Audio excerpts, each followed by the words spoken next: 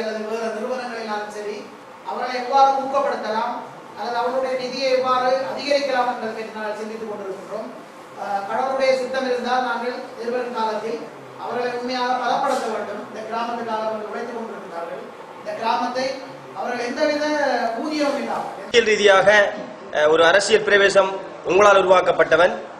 அந்த அரசியல் என்பது நான் நினைக்கிறேன் 2017ஆம் ஆண்டு நடுப்பகுதியோடு முடிவுபடக்கூடிய நிலப்பாடு இருக்கின்றது.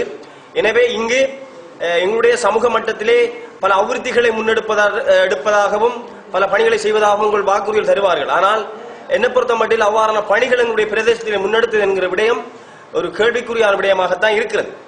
நாங்கள் ஒவ்வொரு அபிவிருத்திகளையும் மக்களை அழைத்து படம் போட்டு காட்டுகின்ற அபிவிருத்திகளை நாங்கள் முன்னெடுக்கவில்லை. இன்றும் கூட எங்களுடைய பிரதேசத்திலே நாங்கள் பல திட்டங்களை தீட்டி இருக்கின்றோம், பல அபிவிருத்திகளை முன்னெடுக்க இருக்கின்றோம். இந்த அபிவிருத்திகள் முன்னெடுக்கப்பட வேண்டும். எங்களுடைய மக்களின் நிலையான ஒரு அரசியல் தீர்வு இந்த நாட்டில் நிகழ்த்தப்பட வேண்டும் என்பதற்காகத்தான் நாங்கள் இன்று எங்களுடைய மக்கள் பணியை மிகவும் சிறப்பாக செய்து கொண்டிருக்கிறோம். அம்பாறை மாவட்டத்தை பொறுத்த மட்டில் நாங்கள் 3வது இனமாக நாங்கள் இருந்து கொண்டிருக்கிறோம். தொடர்ச்சியாக எங்களுடைய அபிவிருத்தி என்கிற விடயம் உங்களுக்கு புறக்கணிப்பான ஒரு நிலைமை இந்த மாவட்டத்தில் இருந்து கொண்டிருக்கிறது. அதையெல்லாம் நாங்கள் சவாலாக எடுத்து வெற்றி கொள்ள வேண்டிய ஒரு நிலைமையில் இருந்து கொண்டிருக்கின்றோம். உங்களுக்கு தெரியும், எங்களுடைய மக்களின் பல இடங்கள் பறிக்கப்பட்ட நிலைமையும் ஆக்கிரமிக்கப்பட்ட நிலைமையும் இன்னும் குடியேற முடியாத ஒரு நிலைமையும் இருந்து கொண்டிருப்பதை நீங்கள் அறிவீர்கள். எங்களுடைய பிரதேசத்தில் மாத்திரம் நான் என்னால் அரசியல் பணியை செய்ய முடியாது.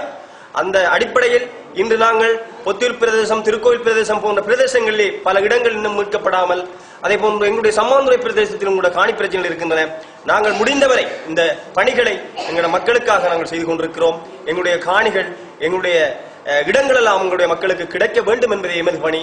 அதன் அடிப்படையிலே தான் இன்று கூட 2 வருடங்கள் இந்த ஆட்சி மாற்றம் ஏற்பட்டும் தமிழ் தேசிய கூட்டமைப்பு எதை சாதித்திருக்கிறது என்ற கருத்து மக்கள் மத்தியில் பலமான கேள்விகள் எழுப்பப்பட்டுக் கொண்டிருக்கின்றன. பல எழுச்சி கூட்டங்கள் நடைபெற இருக்கின்றது, நடைபெற்றுக் கொண்டும் இருக்கிறது. நான் ஒரு விடயத்தை இங்கு நான் தெளிவாக பேச வேண்டும். கடந்த காலங்களை நீங்கள் அவதானித்திருப்பீர். இங்கு ஒரு பாரிய போராட்டம் நடந்தேறியது. இப்பொழுது இருக்கிற ஒரே ஒரு பலம் இந்த தமிழ் தேசிய கூட்டமைப்பு. இந்த கூட்டமைப்பை, எங்களுடைய கட்சியை பலப்படுத்தி எங்களுடைய உரிமை ரீதியான போராட்டத்தை நாங்கள் முன்னெடுக்க வேண்டும்.